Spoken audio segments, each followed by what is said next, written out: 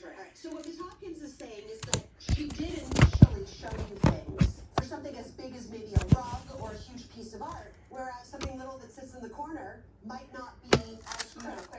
No, because she sent over not just big pieces. Okay. It was also little lamps. Well, let me ask you a question, because I saw the itemized list.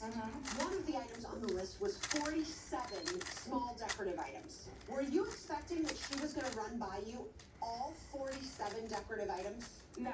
Okay. I just wanted the receipt so that I can know what she was spending. Were you expecting that for every single one of the 47 little items? Well, that's what we discussed, but Okay. I didn't know that it was 47 little items, though. I have a lot of stuff in my home that she sent over to me. You look on page 37, the items that are circled, I have these in my home right